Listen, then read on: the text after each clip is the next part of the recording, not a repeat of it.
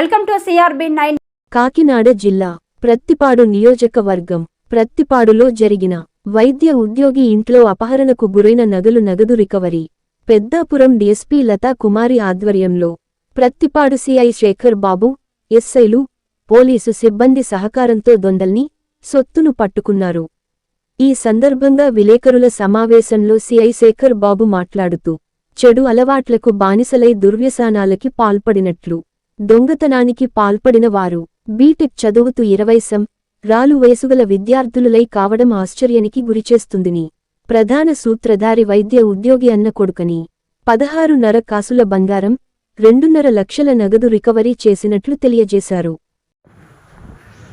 అందరూ కూడా యువకులే.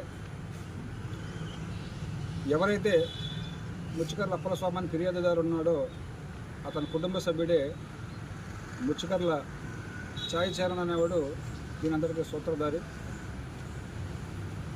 ఇతను బీటెక్ చదువుతున్నాడు.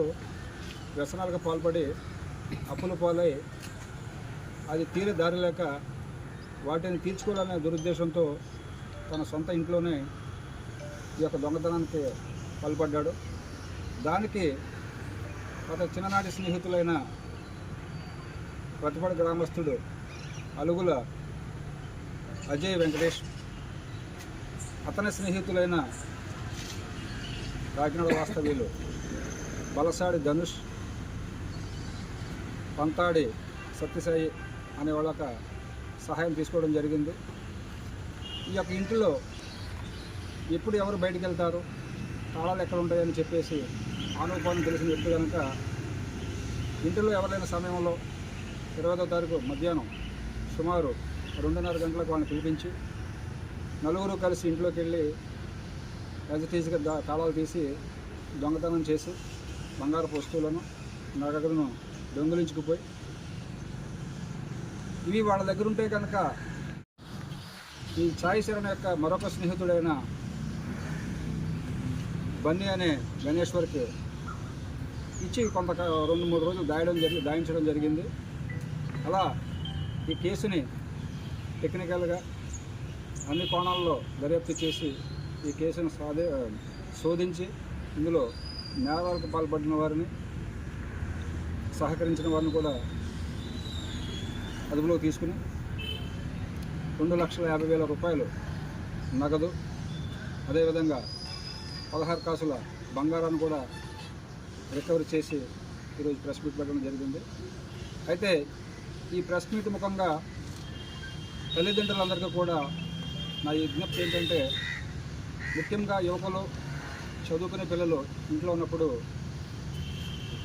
వారి విద్యా బుద్ధులతో పాటు వాళ్ళ అలవాట్లు, వాళ్ళ స్నేహితులు ఎలాంటి వాళ్ళు ఉన్నారు, వాళ్ళ యొక్క నడవడిక ఏమందుకు ఉంది అనే తప్పనిసరిగా పరిస్థితులు గమనించుకోవాల్సిందిగా కోరుచున్నాను. ఎందుకనంటే ఈ చెడు వ్యసనాలకు బానిసలై ధూమపానం, రాగుడు, ఇలాంటి గంజాయి మొదలగు ఇలాంటి అలవాట్లకు బానిసలై సొంత ఇంట్లోనే దొంగతనానికి పాల్పడే పరిస్థితులు వచ్చాయి. దయచేసి తల్లిదండ్రులైన వారు పిల్లల్ని వారు సరైన నడవడిక కలిగి ఉన్నారా లేదా అనేది గమనించవలసిందిగా తెలియజేస్తున్నాను. నమస్కారం.